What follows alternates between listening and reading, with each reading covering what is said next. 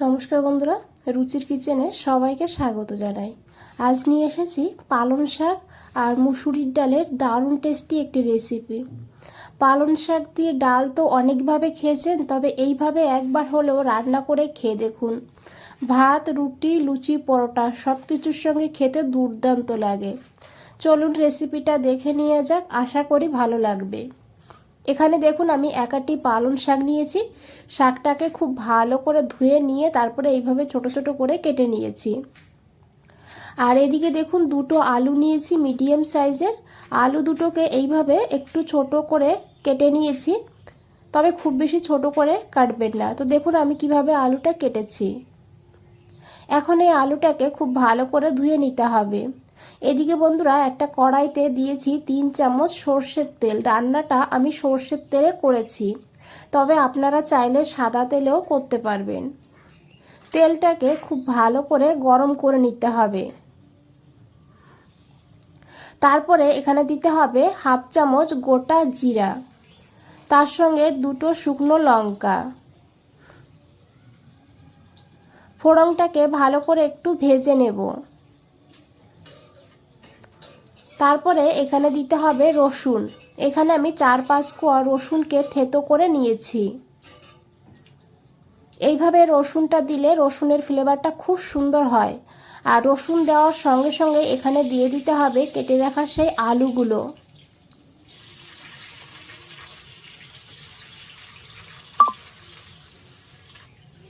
এখন আলুটাকে খুব ভালো করে 2 মিনিট ভেজে নেব।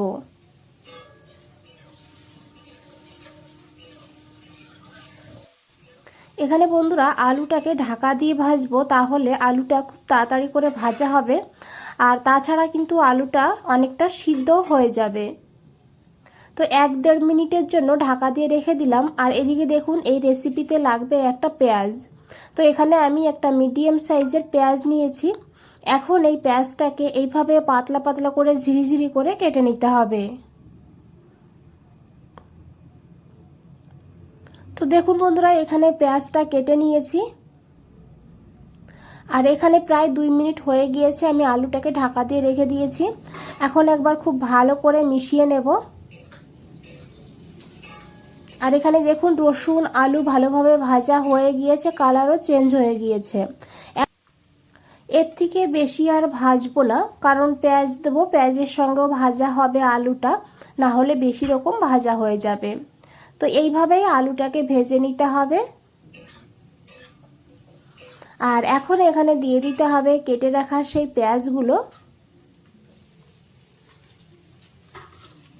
পেঁয়াজটাকে দিয়ে এখন খুব ভালো করে মিশিয়ে নেব। আর পেঁয়াজটাকেও কিন্তু একটু ভেজে নেব আলুর সঙ্গে, যাতে পেঁয়াজের কাঁচা গন্ধ না থাকে।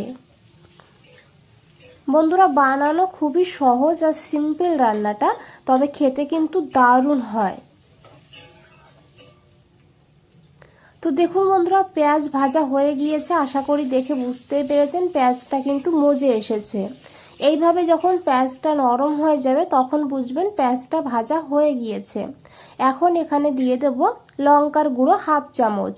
আপনারা চাইলে শুধু কাঁচা লঙ্কা দিয়েও রান্নাটা করতে পারেন, তবে এখানে আমি একটু ঝাল লঙ্কার গুঁড়ো দিয়ে দিয়েছি। এতে কালারটাও ভালো হবে, ঝালও হবে। আর তার সঙ্গে হাফ চামচ জিরের গুঁড়ো আর 1/4 চামচ দিয়েছি হলুদের গুঁড়ো। আর এখন খুব ভালো করে মিশিয়ে নেব। আর গ্যাসের ফ্লেমটা কিন্তু এই সময় লোতে রাখতে হবে, না হলে গুঁড়ো মশলাটা পুড়ে যেতে পারে। দেখুন মশলাটাও বেশ ভালোভাবে ভেজে নিয়েছি। এখন এখানে দিয়ে দেব ডাল। এখানে আমি 1 মুঠ মুসুরির ডাল ভালো করে ধুয়ে নিয়েছি। ডালটাকে কিন্তু ভিজিয়ে রাখিনি, শুধু ভালো করে ধুয়ে তারপরে নিয়েছি, কারণ মুসুরির ডাল রান্না হতে খুব বেশি সময় লাগে না। এখন এই ডালটাকে খুব ভালো করে একটু ভেজে নেব আলুর সঙ্গে।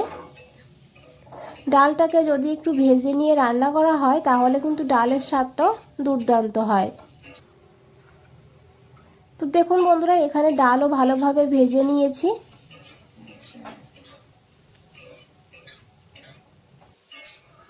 এখন এখানে সামান্য একটু জল যোগ করব, তবে জলটা গরম জল দিলে ভালো হবে। জলটা দিয়ে খুব ভালো করে মিশিয়ে নিতে হবে। তারপরে ঢাকা দিয়ে লো ফ্লেমে রেখে দেব যত সময় না এই জলটা শুকিয়ে যাচ্ছে। তো দেখুন বন্ধুরা, প্রায় 5 মিনিট হয়ে গিয়েছে, আমি ঢাকা দিয়ে রেখে দিয়েছি আর জলটা কিন্তু শুকিয়ে এসছে। এখন খুব ভালো করে একবার মিশিয়ে নিতে হবে। আর আশা করি দেখে বুঝতেই পেরেছেন ডালটাও অনেকটা ফুলে গিয়েছে আর আলুটাও অনেকটা সিদ্ধ হয়ে গিয়েছে।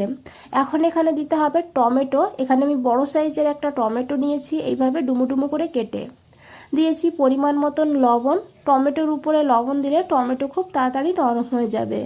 এখন খুব ভালো করে আবারও মিশিয়ে নেব। যত সময় না টমেটো নরম হয়ে যাচ্ছে এইভাবে টমেটোটাকে ভেজে নিতে হবে। এখানে আমি দিয়েছি 2টো চেরা কাঁচা লঙ্কা। আমি আগে শুকনো লঙ্কা দিয়েছি, তাই এখানে 2টো কাঁচা লঙ্কা নিয়েছি। তবে ঝাল আপনারা আপনাদের প্রয়োজন মতন এখানে নিয়ে নেবেন। তো দেখুন বন্ধুরা, টমেটো খুব ভালোভাবে নরম হয়ে গিয়েছে।